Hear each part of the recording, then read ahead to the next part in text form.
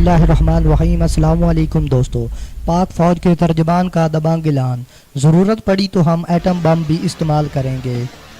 D G I S P R major general Asif Ghafoor نے کہا ہے کہ ایٹمی طاقت دراصل رکاوٹ کا ہتھیار ہے۔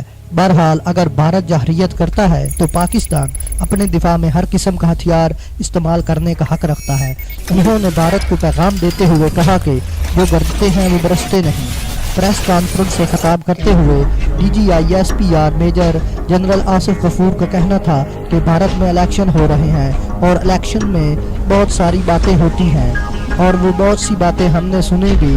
بھارتی آرمی چیف نے نیوکلیئر کی بات کی تو ہم نے کہا تھا کہ جس کے پاس یہ صلاحیت ہوتی ہے، سمجھداری کی بات یہ ہے کہ وہ اس کو استعمال کرنے کی بات نہیں کرتا۔ بھارت کہتا ہے کہ ہم نے دیوالی پر ایٹم چلانے کے لیے نہیں رکھا، تو آئے ہم بھی تیار ہیں۔ جب ملکی دفاع کی بات ہو تو ہم ہر قسم کی صلاحیت استعمال کر سکتے ہیں۔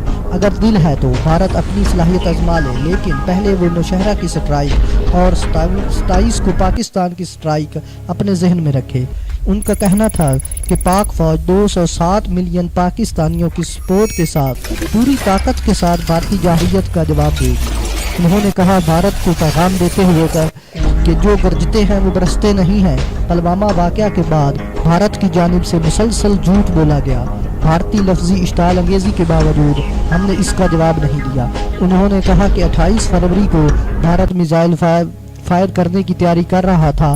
بھارت اپنے میڈیا کو بتائے ہم نے کیا جواب دیا۔ اس رات ایل او سی پر کیا ہوا؟ ہماری فائر پلاٹون نے ان کی گن مشین کو کیسے نشانہ بنایا؟ کتنی گن پوزیشن شفٹ کرنا پڑی؟ کتنے فوجی مارے گئے؟ یہ باتیں بھارت میڈیا کو بتائے۔ اگر ویڈیو اچھی لگے تو پلیز ہمارے یوٹیوب چینل انمول موتی کو سبسکرائب ضرور کریں۔ شکریہ۔